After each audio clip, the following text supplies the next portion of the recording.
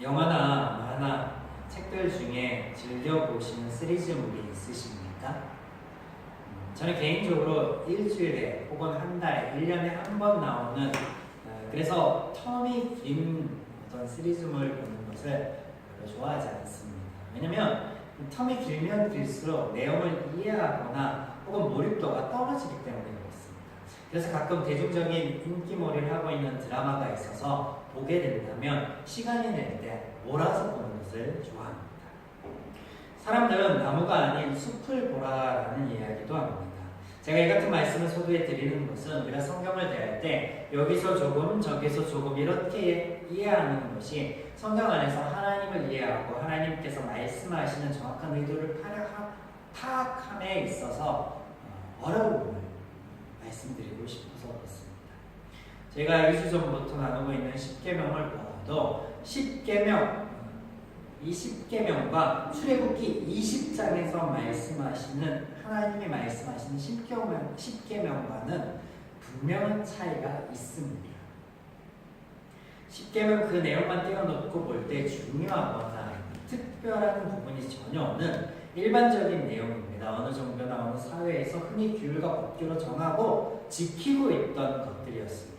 그런데 그 내용을 하나님께서 말씀하신다라는 하나님 때문에 아주 특별하게 그 내용이 전개되어지고 또 출애굽기 20장에서 말씀하셨기에 특별하고 은혜가 됩니다. 그래서 1, 2, 3, 4계명의 순서가 얼마나 긴밀하게 연결되었는지 그 내용이 무슨 의미인지 나누어 보았습니다. 우리가 하나님께서 하신 10마디의 말씀을 편의상 10계명이라 부르자 하였습니다. 이 10계명의 핵심은 하지 말라입니다. 하지 말라. 그래서 5계명을 제외하면 모든 계명이 하지 말라라고 하나님께서 말씀하고 계십니다. 여호와 외에 다른 신을 섬기지 말라. 다른 신이 없음을 그래서 하나님께서 이것을 증명하시고 너희들이 다른 신을 섬기는 것이 헛되며 그렇게 헌신하고 애쓰는 것이 무의미하다. 그래서 한 분이신 하나님을 섬겨라 라고 하였을 때 그러면 한 분이신 하나님을 우리가 어떻게 섬길 것인가? 그런 마음을 들 것을 그런 마음에서 행동할 것을 하나님께서 아셨기에 하나님의 형상을 빚어서 만들지 말라라고 하십니다. 하나님의 이름을 주술적으로나 혹은 제의적으로 부르지 말라라고 하십니다. 아무것도 하지 말라 하시면서 하나님께서 덧붙여 말씀하시기를 너희들은 아무것도 하지 말라. 오히려 내가 아무것도 하지 않는 너희를 위해서 너희의 필요를 채우고 너희의 문제를 해결해 줄 것이다. 그래서 하나님께서는 일하시는 하나님, 열심을 내시는 하나님이다라고 말씀하여 주셨습니다. 이래서 성경에서는 나는 질투하는 하나님이다 라고 표현하고 계시죠.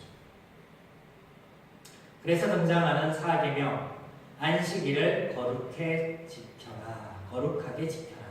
그 안식일에 할 일 또한 없는 거예요. 아무것도 하지 않는 게 안식일입니다. 왜? 그 안식일 하나님께서 일하시니까. 우리가 살펴본 바 하나님께서 일하시고 채우시고 함께 하시기에 인간 스스로 또 인간이 스스로를 위하여 애쓰고 할 일들이 없었습니다.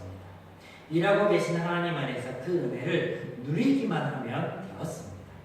그래서 10계명은 지켜야 될 법규가 아니었고 지키지 않으면 받을 벌 또한 없는 것이었습니다.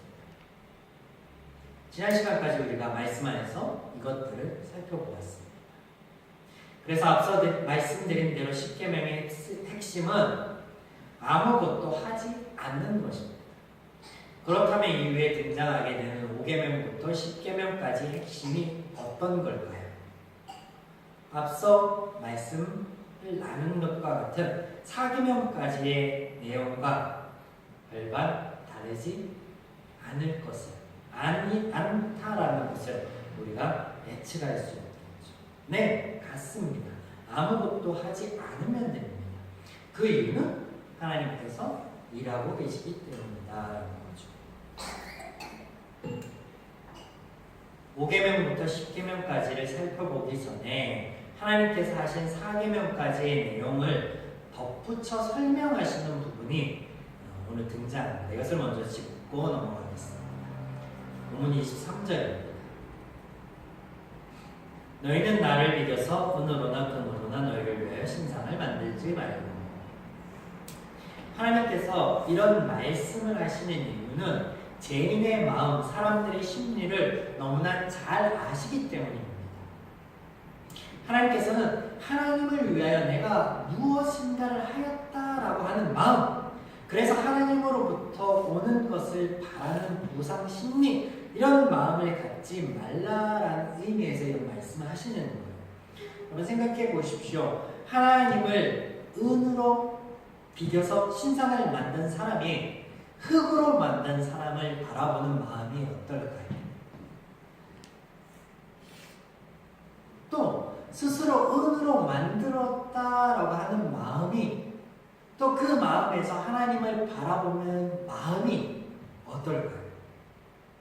또 금으로 만든 사람이 은으로 만든 사람을 바라보는 마음은 어떨까요? 그거 어떻게 되겠어? 이 정도는 해야 하나님께서 잘했다 칭찬하시지 않겠니? 이 정도 해야 하나님께서 은혜를 베푸시지 않겠니? 그런 마음. 그래서 지난주 마지막 부분 나누었던 말씀처럼 내가 하나님을 위하여 얼마나 많은 헌신을 하였는데, 내가 하나님을 위하여 얼마나 많은 것들을 교회에 드렸는데, 이렇게 하지 말자라고 했습니다. 이런 심리에서 교회 안에서 나올 법한 말들이 있죠. 그게 무엇이냐? 나는 10년 하나님을 섬겼습니다. 나는 20년 신앙생활을 하였습니다. 나는 30년 신앙을 하였습니다. 아이고, 나는 모태에서부터 지금까지 평생을 하나님과 함께 하였습니다. 우리는 3대째인데요. 그게 뭐가 중요합니까? 하나님 안에서 나를 위한다라는 포장 안에서 너 자신을 위하여 그런 수고를 하지 말라, 그 헛된 짓을 하지 말라, 나는 너희의 행위 여하에 따라 보응하는 이가 아닌 사랑으로 너희를 위해 먼저 일하시는 너희의 아버지이다 하고 말씀하십니다. 25절, 내가 내게 돌로 제단을 쌓거든 다듬은 돌로 쌓지 말라, 내가 정으로 그것을 쪼면 부정하게 하리라. 26절, 너는 층대로 내 제단을 오르지 말라, 내 하체가 그 위에서 드러날까 하리라. 하나님께서 말씀하시는데요, 25절에는 돌을 다듬지 말라라고 하시고 26절에서는 제단을 오르지 말라, 층계를 만들어 제단을 오르지 말라라는 이 의미는 뭐냐면 제단을 높게 쌓지 말라라고. 다시 말씀드려요. 25절에 돌을 다듬지 말라, 26절에 제단을 높게 쌓지 말라. 그렇게 하는 것이 부정한 것이고 그렇게 하는 것이 부끄러움을 드러나게 하는 것이다 라고 말씀하십니다. 이렇게 말씀하시니 23절의 말씀과 동일한 거예요. 나를 위한다라는 포장 안에서 너 자신을 위하여 그런 수고를 하지 말라라고 하신 말씀하고 동일한 말씀인데, 여러분 사람들이 돌을 다듬는 행위에는 정성이 들어갑니다. 제단을 높게 쌓기 위해서 층계를 만드는 것, 인간의 정성이 들어갑니다. 그 정성이 들어가는 것, 신을 위한다라는 포장 안에서 자신의 만족을 위해서, 자신의 어떤 영달을 위하여, 이게 바로 이방 종교적인 행위라는 거예요. 하나님이 그런 행위로서 그렇게 하지 말라라고 하십니다. 그래서 다듬지 말고 층계를 만들지 말라라고 하십니다. 24절, 나에게 제물을 바치려거든 너희는 흙으로 제단을 쌓고 그 위에다 번제물과 화목제물로 너희의 양과 소를 바치라. 너희가 나의 이름을 기억하고 예배하도록 내가 정하여 준 무엇이면 어디든지 내가 가서 너희에게 복을 주겠다. 하나님께서 제사를 허락하여 주시는데 이것이 안식일과 하나님의 절기를 제정하심과 같은 이유 때문입니다. 이게 결론이에요. 이 모든 것이 하나님을 기억하게 하는 장치입니다. 하나님께서 아무리 하나님께 향해서 아무것도 하지 말라라고 하여도 이스라엘이 제단을 쌓고 제사 드릴 것을 아셨다, 모르셨다? 아셨다는 그래서 하나님이 이 말씀을 통하여서 그들의 행위를 선용하시는데 24절의 이 말씀이 레위기로 넘어가면 하나님께서 그들에게 세상과는 다른 개념, 다른 의미를 갖는 제사법을 아주 자세하게 알려주십니다. 그들에게 굴레를 씌우기 위해서가 아닙니다. 하나님께서 제사를 받기 위해서가 아닙니다. 지금껏 은혜로 모든 것을 주신 하나님께서 그들의 행위에 따라 복을 주시기 위함 또한 더욱더 아닙니다. 그들 스스로 헛되고 헛된 행위를 통하여서 당신을 증명하여 보이시기 위해 그들의 헛된 행위를 통해서 하나님을 알리시고 증명하시기 위해 그런 하나님을 기억하게 하시기 위한 장치로서 이를 선용하신다라는 거예요. 어찌됐든 그들이 하나님 앞에서 화목제와 번제물을 드리는 것, 하나님께 향한 것, 그들이 그렇게 향한 하나님이 어떤 하나님인데 그것을 기억하게 하여 주시는 것, 그 복을 허락하여 주시는 것, 이로써 이것을 선용하겠다라고 하시는 하나님의 선언이시죠. 19절 말씀. 모세에게 이르되 당신이 우리에게 말씀하소서 우리가 들으리이다. 하나님이 우리에게 말씀하시지 말게 하소서 우리가 죽을까 하나이다. 하나님께서 10마디의 말씀하시며 시내산에서 천둥과 우레 가운데 나팔 소리 가운데 구름 연기 가운데 말씀하십니다. 그랬더니 이스라엘 백성이 전에 느끼지 못하는 두려움을 느끼며 하나님 말씀을 듣다 우리가 죽겠다라고 합니다. 그래서 모세야 네가 대신 얘기해라. 네가 대신 듣고 우리에게 전달하여 달라라고 요청합니다. 이스라엘의 그간에 하나님께서 보이신 수많은 이적과 기적들 가운데 그 가운데서는 담담하였는데 왜 시내산에서는 이런 반응을 보이는가? 그렇게 반응을 보이는 것이 죄인들의 한계라였습니다. 하나님 앞에 하나님께서 굳이 이런 쇼를 보이지 않으셔도 됨에도 불구하고 그렇게 하시는 이유가 무엇 때문인지 여러분 기억하시나요? 그들 죄인 이스라엘을 위해서였습니다. 하나님께서 창조 때부터 일하시고 말씀하시는데 그 모든 것이 하나님의 형상, 하나님의 자녀, 하나님의 사랑의 대상인 그들을 위한 것이었는데 이스라엘이 이렇게 반응을 보이는 것 죄인이기 때문에 이방 종교의 제의와 신간에 익숙해서 있기 때문에 죄인 되어서 하나님에 대한 두려움의 마음을 갖고 있기 때문이었다라고 지난 시간에 말씀드렸죠. 이런 그들을 위해서 하나님이 이렇게 하시는 거예요. 이에 하나님께서 이런 이스라엘에게 보이시는 반응 20절. 모세가 백성에게 이르되 두려워하지 말라. 하나님이 임하시면 너희를 시험하고 너희로 경외하여 범죄하지 않게 하려 하십니다. 하나님께서 이와 같이 하시니 너희를 시험하고 너희를 범죄하지 않게 하는 이유 때문이다 말씀하시는데, 여러분 시험이라는 단어 출애굽기 15장 이후로 계속해서 등장하는 같은 단어입니다. 의미가 뭐였죠? 증명하겠다, 보이시겠다, 일하시겠다. 하나님의 약속이요, 하나님이 하나님을 향한 말씀이었습니다. 하나님께서 지금 이같이 말씀하시고 이스라엘에게 보이시는 것, 그들을 위하여 당신을 증명하는 과정인데 또 이렇게 하심이 너희를 위함이다 라고 하시면서 구체적인 이유를 덧붙입니다. 그 이유가 뭐예요? 범죄하지 않게 하라. 범죄하지 않게. 그러면 이 말씀이 하나님에 대하여 죄를 짓지 않게 하려 한다, 잘못하지 않게 하려 한다라는 그런 의미가 아닙니다. 원어적인 의미를 살려보면 어긋나지 않게 하려고, 빗나가지 않게 하려고 이렇게 해석하는 게 더 이 20장의 말씀과 어울릴 것 같습니다. 네, 하나님께서 십계명을 통하여 하나님을 섬기는 방법이나 도를 말씀하시는 것이 아니에요. 하나님께로부터 죄를 짓지 않게 하려는 의도에서 그러는 것이 아닙니다. 이스라엘로 하여금 그들 스스로 위하여 하는 이방 종교의 소원은 종교관과 행위들을 하지 않게 하는 것이 목적입니다. 그렇게 하는 것이 그릇된 것이고, 그렇게 하는 것이 헛된 것이고, 그렇게 하는 것이 어긋나는 것이고, 그렇게 하는 것이 빗나가는 것이고, 그렇게 하는 것이 하나님과의 관계를 못 이해하는 것, 뭘 이해하는 것에서부터 오는 것이다라는 것을 알려주시는 거예요. 그래서 그렇지 않게 하려고 하나님께서 알려주시기 위해서 이 말씀을 하고 계십니다. 그래서 말씀하시기를 너희는 가만히 있어라. 내가 오늘 너희를 위하여 열심을 내겠다 하시는 거예요.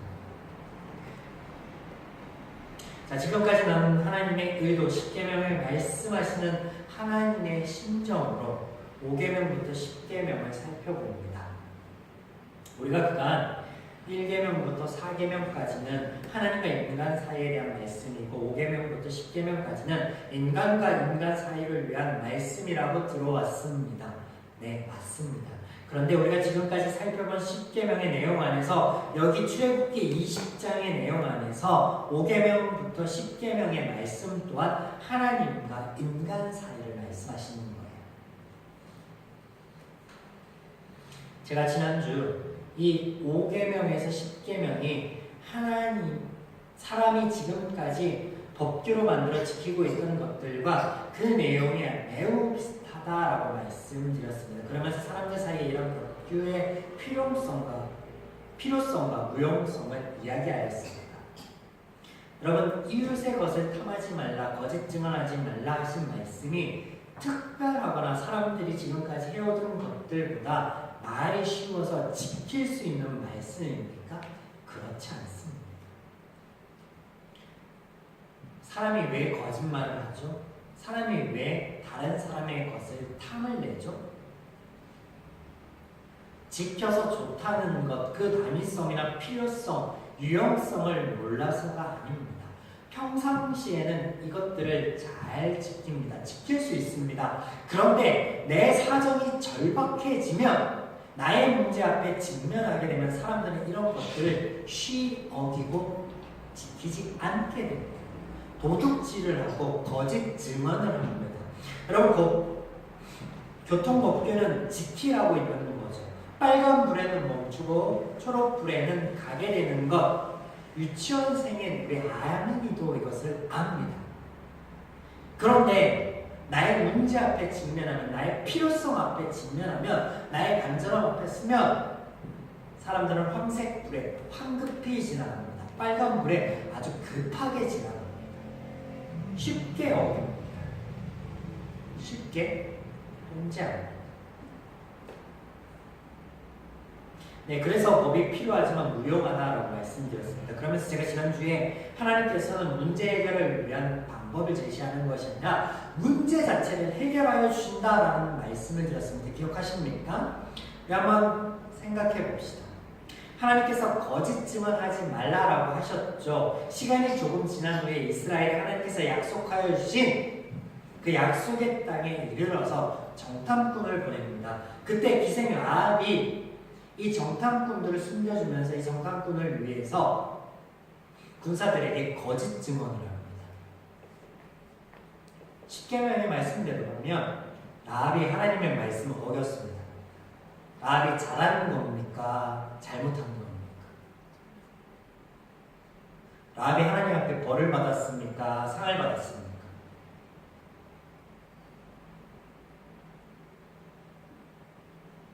이런 걸 공경에 빠뜨리려고 하거나 헷갈리게 하려고 제가 이 말씀을 드리는 것이 아니라 우리의 이해 방법, 말씀에 대한 접근 방법 자체가 잘못되었습니다. 지금 하나님께서는 사람과 사람 사이에 지킬 도를 말씀하시는 것이 아니라 하나님과 인간 사이의 관계에 대해서 말씀하고 계신다라고 쉽게 말씀을 드렸죠. 또한 이 거짓 증언하지 말라라고 하신 말씀이요, 사람의 생명보다 중요하지 않습니다. 그래서 기생 라합의 이야기에서는 10계명이라는 잣대를 가지고 옳고 그름을 위해서 접근하는 것이 아니에요. 그렇게 하나님 모습을 풀어가는 게 아닙니다. 제가 지난주 하나님의 열심에 대한 말씀을 전해드렸죠. 하나님께서 십계명을 통해 우리에게 아무것도 하지 말라라고 하시는 것은 너를 위하여 내가 일하겠다, 내가 열심을 내겠다 약속하셨기 때문에 그렇습니다. 여러분, 왜 이웃의 것을 탐하지 말라 말씀하시는가? 하나님께서 부족함이 없도록 채우시고 풍족하게 하시겠다라고 지금까지 보이셨고 또 약속하여 주셨기 때문에 이것이 가능하다. 40년간 아침에는 만나를 주셨고 저녁에는 메추라기로 채워주셨습니다. 그들의 옷이 헤어지거나 닳지 않게 하여 주셨습니다. 이집트에 있었던 병마가 그들을 괴롭히지 않게 하셨습니다. 해와 달이, 해와 추위가 그들을 상치 않게 하여 주셨습니다. 하나님에 향한 이런 경험이 그 온전하시고 완전하여 주신 채워주심이 내 이웃을 돌아보아 탐할 이유가 없다라고 하시는 거예요. 그래서 적게 거둔 자도 부족함이 없고 많이 거둔 자도 남음이 없다라고 완전하신 하나님의 채우심 안에 그 완벽함 안에 그 안식 안에 우리가 돌아보아 더 채울 것이 없다라는 거예요. 하나님이 출애굽기 19장까지 그렇게 이루어 주셨고 또 앞으로도 그렇게 하여 주실 것이기에 출애굽기 20장 안에서 이웃에 대한 것이 아닌 하나님의 관계에 대한 말씀입니다. 하나님께서 그렇게 해여 주셨기에 너는 돌아보아 욕심낼 것이 없다는 거예요. 여기에 그 이유가 있습니다. 하나님께서 채우신다. 하나님께서 일하신다. 하나님께서 함께 하신다. 이를 알고 경험하면 이웃의 것을 탐하거나 내 이익을 위하여 나 자신을 위하여 거짓 증언을 하는 등의 행동을 할 이유가 없는 거예요. 5계명부터 10계명까지 하지 말아야 될 것들, 하나님의 관계 안에서 하나님께서 일하심 안에서 하나님의 안식 안에서 그것은 할 필요가 없는 것이다. 하나님이 이걸 확인하여 주십니다. 그래서 1계명부터 4계명까지도 동일하고 5계명부터 10계명까지도 동일한 거예요. 아무것도 할 필요가 없다. 하나님 말씀. 22절 말씀. 내가 하늘로부터 너희에게 말하는 것을 너희 스스로 보았으니. 우리가 하나님의 말씀을 말씀으로 듣고 지킬 수 있는 이유, 이스라엘이 열마디의 하나님의 말씀을 들을 수 있는 이유, 하나님께서 출애굽기 19장까지 당신을 보이시고 증명하심을 보았기 때문입니다. 여러분이 여기 있는 이유, 하나님께서 당신을 보이시고 알리셨기 때문입니다. 하나님께서 당신의 아들을 보내셨고 당신이 우리를 사랑한다라는 것, 우리 죄를 위해 십자가 지셨다라는 것을 보이시고 확증하여 주셨기 때문에, 우리를 자녀 삼으셨기 때문에, 그 이유 때문입니다. 하나님께서는 열 마디의 말씀을 통해 당신과 인간 사이 혹은 인간과 인간 사이에 지킬 도리를 말씀하시는 것이 아닙니다. 하나님의 일하심에 대한 증명이자 그 하나님의 열심을 알아 하나님 안에서 평화와 자유를 누리게 하심이 목적입니다. 이것이 출애굽기 20장에서 말씀하시는 10계명의 이유이고 하나님의 목적이다. 하나님께서 주신 안식을 이어가기를 바라시는 하나님의 간절한 소망이요 바람이었다. 우리가 3번에 걸쳐 이 하나님의 간절한 마음을 살펴보았습니다. 오늘도 당신을 보이시는 하나님으로 인하여 우리가 하나님 안에서 헛된 신앙의 열심을 내지 않을 수 있습니다. 하나님의 말씀을 말씀으로 듣습니다. 우리 앞에 펼쳐진 문제들, 결핍들 앞에 하나님의 약속된 은혜를 구합니다. 이를 누리는 여러분들에게 또 그 한 주간에 발걸음 되기를 주님의 이름으로